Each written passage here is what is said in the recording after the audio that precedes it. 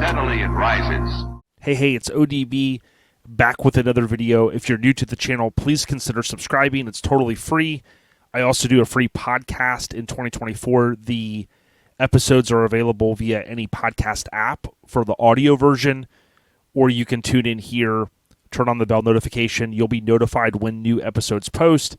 And here on YouTube, you will be able to watch the video version, which will include me sharing my screen, which I'm about to do. So in this episode, I guess you could call it, what I wanted to do is highlight a recent car that sold on Bring a Trailer. So as I've stated before, I have no affiliation to Bring a Trailer. I just love highlighting these different cars that sell. Or in most cases, I do these, as you know, prior to the sale. So this 63 Lincoln Continental convertible that came from Florida, owned by a guy named Phil that I had met at the Turkey Rod Run last year. He's friends with Nathan Wilson, I believe, or Nathan, knows Phil. Great guy, by the way. So shout out to Phil if he happens to see this.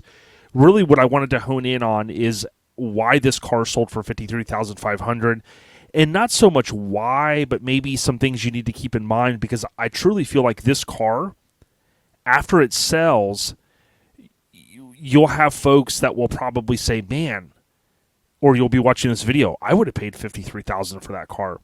So we'll talk a little bit about how do you stay on top of trying to find a car, and we'll dovetail it in, if you will, to why this one possibly sold for $53,500. Now, $31,038. So without looking, 3138 is the magic number for 63. So right here, you had 3,138 convertibles built for the model year at $6,916. Now, this is my spreadsheet that I've created from from data I've collected over the course of time. But in that same year, for the sedans, you had 28,095 that were created. So I think that's of importance because so many folks love the 61, 2s, and 3s. And you'll find between those 3 years, what I call the early years of this fourth generation Continental, you'll have some division in there. Like people love the 61s, because of the front end. People have a love for the 62s. And in my case, out of those 3 years, I think I would probably lean mostly to the 63 because of the front grille. I like the pattern. The 64 obviously looks similar in many ways, but this, just so you know, has the vertical bar. So hopefully you're seeing my screen, and it'll complement the audio that I'm doing here. So to keep this very high level, when I did the listing review, I talked a little bit about, this car was the 10,351st off the assembly line that year, and I broke down pretty much everything, which they do here as well, November 6th. So this O would represent, the 06 would represent the day of the month, and then the L would represent the month, which is November. So this car was built November 6th of 1962, and that was just a year before, unfortunately, JFK's assassination. This car, as I stated, and very rarely are you ever going to find a car that's perfect. And those perfect cars, or the cars that look like they're perfect, or are presented as being perfect, are often going to be super expensive. The best way that you can kind of keep your eye out, to me, is you got to check eBay. And eBay isn't even really the go-to place anymore. You got eBay and Facebook Marketplace, I think, is kind of like the secondary. I'd say eBay secondary, Facebook Marketplace is last. But Bring a Trailer, if you register on their website for free and you search Lincoln Continental, it'll ask, I think there's a little item there that'll ask, hey, do you want to receive notifications on these cars? So I use Mac at home, and what'll happen is I'll get a notification, I think, through my browser, through Safari, and it'll, basically let me know that it's available. The main thing, though, is it'll send a push email out to you. So you'll get an email, like, for instance, if one just came in, it would pop up on my phone, and then I would see, oh wow, there's a Lincoln for sale on Bring a Trailer. Let me click that link right now, and then boom, it takes you right to it. So I think that's one of the big things, and oftentimes many of you are looking for one of these cars, or it's kind of a dream car, or it's a car that you kind of say, hey, I want to get one maybe when I retire. Certainly, even if you're 5 or 10 years away from purchasing one, you're watching this channel now, so that's a good first start. I would say, start researching them. Try to understand what year, make, and model you want. Do you want to start with a convertible? Do you want to go with the sedan first? Do you really want a 63 or a 64? And start honing in that so you can kind of try to determine which car you would be ready to rock and roll with if you said, hey, wow, this one's within my price range. So if this was if this 63 was really one that you wanted, obviously you'd start to look here and see like this was a pretty nice car. Again, majority of these cars are not perfect. There's going to be imperfections. There's going to be little things that you have to investigate. And I try to help guide folks here through the YouTube channel to say, these are some things you got to look for. But in really to kind of sum this one up, I think someone got a nice car for $53,500. Now, $53,000 is a lot of money. I get it. But we've continued to see the prices of these cars go up. Like you'll sometimes see one sell for $30,000, not as much anymore, or $40,000, and they might need a ton of stuff.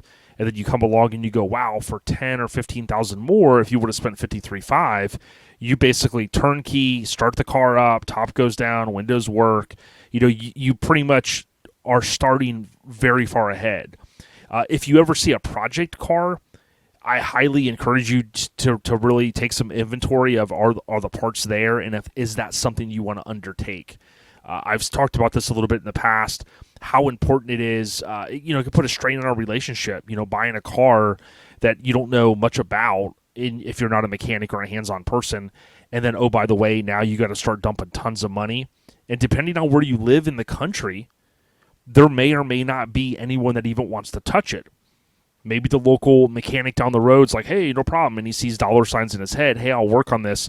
You'll find a lot of mechanics that will say sure, and then they'll get to a frustration level where they're like, come get this car. I don't want to mess with it anymore. These cars are kind of over-engineered is often kind of the phrase that you'll hear with them.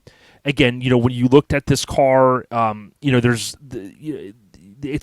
a lot of typical things on this car that are the normal, what I call driver quality. Something you can get in, whether it's the weekend or whatever, and you can cruise around. And to me, if somebody had $50,000, I think they'd be willing to go up a few thousand to buy this one at almost $54K.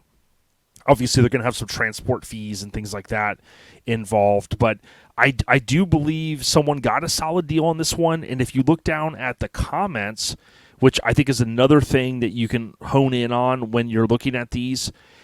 Someone said, thanks for all the comments and advice. I'm really excited about it. Someone mentioned John Brewer, who I've had on Lincoln Addict podcast with Brewer Classic Lincoln. There's a lot of tips going around here. Sometimes, there's some weird questions, a weird banter and stuff like that. But I do think someone got a good deal. And the reason why is just it was right time, right place. I thought the car probably would have went for more, and it probably would have on a different day, but that's what an auction brings you. Sometimes you're going to sell a car and you're going to get more than you think. Sometimes you're going to sell a car and you're going to get less than you were hoping for.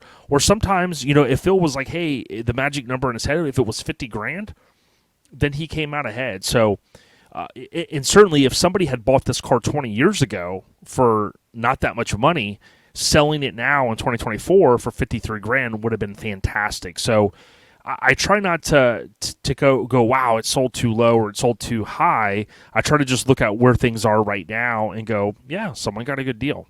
So I say all that to reinforce that basically there were 3,138 convertibles for 63. I truly think 63 is a great year. There's a lot of awesome stuff going on in 63, especially I like the wheel covers, aka hubcaps. This rear trim the front grille. And this one, I really like the interior. I think someone did confirm and someone commented on my last video because I couldn't really tell. Sometimes it's hard for me to tell. I don't want to say something's vinyl and then it turns out it's leather and someone says, you don't know what you're talking about. So I was cautious in my video, but someone I think did confirm this was vinyl. But still, even with it vinyl, it looks really good. Do you buy this car and go, hey, I don't like vinyl, I want to redo it all? Well, sure. Throw 5 to 10 grand at it, and you certainly can. So, again, I think in closing, super nice car. Someone got a great deal. If you want to, find more of these cars, you can just go on bringatrailer.com. That's just the name of the website, right? It has nothing to do with the car running or not running. And what I always do is I just type Lincoln, or in this case, Lincoln Continental. And what it's going to do is give you this option here, notify me when one is listed. You got all these different models, right? All these different years and whatever. I always scroll down. It's going to show you any of the live auctions. This is a Coyote-powered 56 Mark II, and then you've got a 77 Town Car. But you can obviously see all of the recent sales. I, of course, cover the majority of these. I was going to cover anything that was current. There was nothing from a 61 to 69 standpoint, so what I ended up doing was just covering this one. There's a few others I could probably backtrack that I may have missed, but certainly I appreciate all of the support here. Again, if you want to hear more about what I talk about, what I research, and things like that, you can check out LincolnAddict.com. You can find ways to listen to the podcast. I added new links there, so if you think Amazon Music, Pandora, Apple Podcasts, which is that purple pre-installed app, of course, Spotify, one of my favorite apps. There's many different ways to listen, or you can just come back here and watch and listen. So thank you for all the support. Stay on the rise. And Phil, congratulations on the sale. Awesome car, man. Take care, everyone.